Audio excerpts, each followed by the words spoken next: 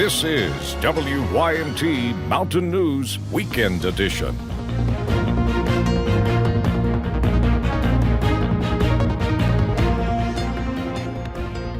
Sunday, March 1st. Let's begin by checking in with meteorologist Brooke Marshall for a look at our forecast this morning. Now, Brooke, I wasn't as fortunate as I was yesterday. It did take me a little bit more time to clean my car off and get it warmed up and scrape off all that ice. Yeah, Lacey, I had to defrost my car as well. I mean, we are seeing some below freezing temperatures this morning, so it's definitely very cold out there. Going to need to take an extra minute to defrost your car, bring the heavy jacket. But other than that, I mean, gorgeous conditions throughout the mountains. You can see that sunrise here at the WYMT studio, and I mean, just absolutely gorgeous. Not very few clouds in the sky.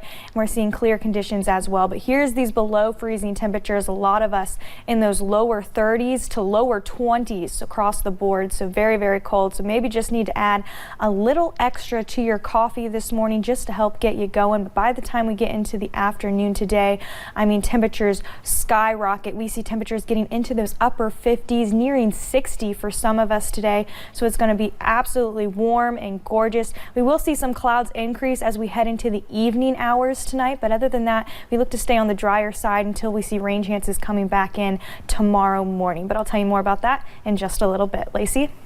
Thank you, Brooke. Kentucky is seeking $45,000 in fines from an Indiana man who is accused of using children to sell candy in Bowling Green.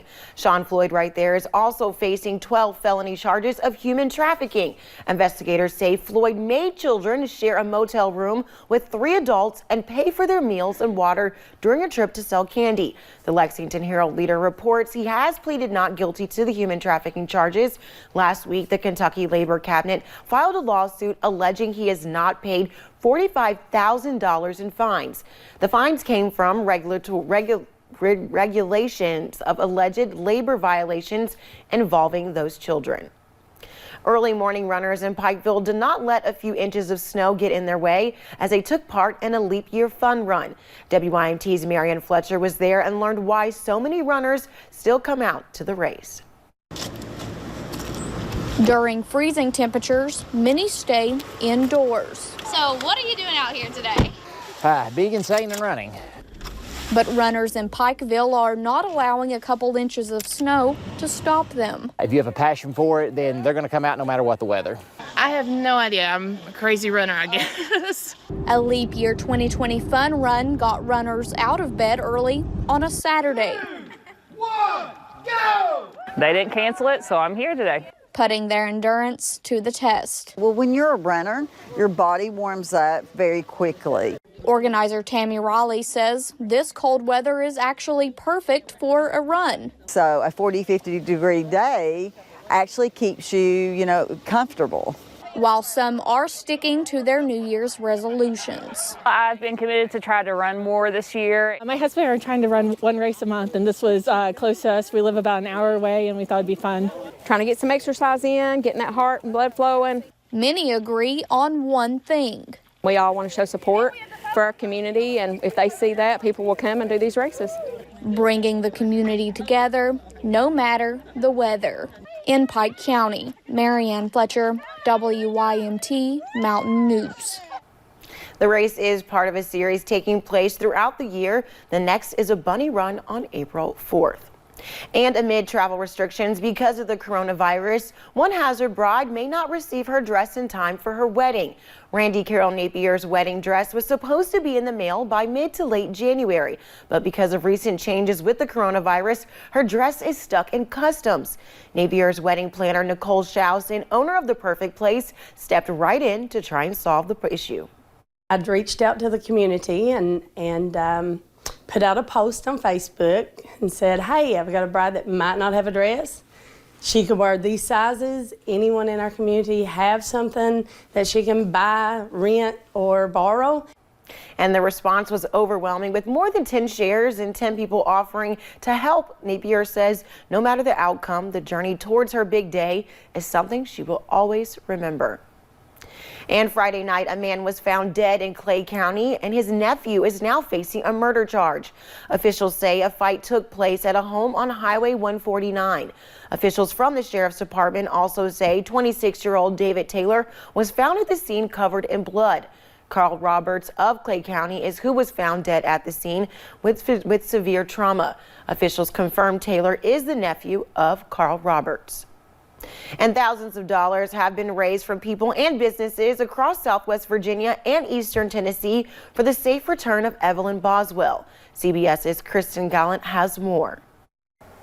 That's right. Thousands of dollars have been raised from people and businesses here in Sullivan County and from people in and around the Tri-Cities for the safe return of Evelyn Boswell. We were following the Amber Alert on Thursday when it came out, and then Friday, Jeff Cassidy from the Sheriff's Department come on and pledged his $1,000 and asked the community to get behind. Will Robinette, the owner of Fuller Paving Group, is one of many who pitched in. It was very important to us to try to do what we could do to try to help. The reward to find Evelyn Boswell is now up to more than $61,000. Everybody can do something. Our community, this is our community. And I can see it in the police officers and the agents and the reporters' faces as well. They're tired, they're exhausted. There's such a sense of urgency. The TBI saying they've responded to more than 700 leads so far, all with no luck in finding the Bluntville toddler, including a search of a trailer park off Sugar Hollow Road near Boone Lake. To see it plastered all over the news every night, it's heartbreaking. Jeremy Williams, the owner of Indian Springs Armory, donated $500 to the reward fund. I know that it's hit really close to home, and having a daughter, it hits even closer to me. If we can give a little bit to try to help bring her home safely, then that would be good. Friday night, News Channel 11 was outside the Sullivan County Sheriff's Office when Evelyn's grandmother, Angela Boswell, was released on bond. She will be required to wear an ankle monitor, according to court officials. Evelyn's mother, Megan Boswell, remains in the Sullivan County Jail. The community coming together just wanting answers. There's someone out there who knows something. There's probably multiple people who know. And, you know, they just need to think that this is a little girl who has her whole life ahead of her. And for that to be potentially taken away from her is just, I mean, that's evil, it's wrong.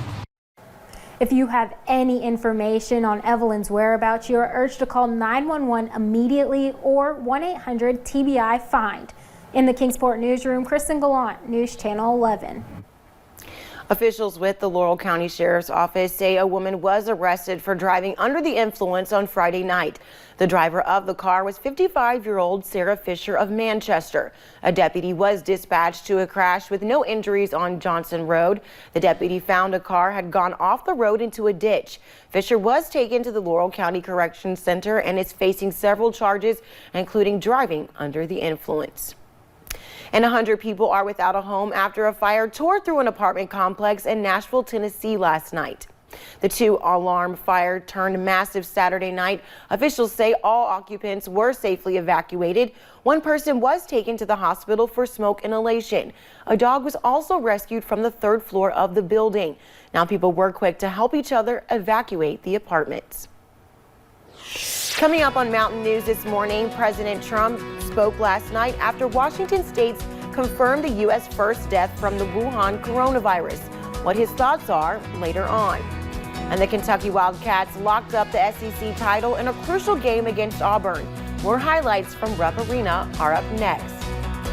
And March is finally here, and it brought warmer weather along with it. I'll give you your full forecast next.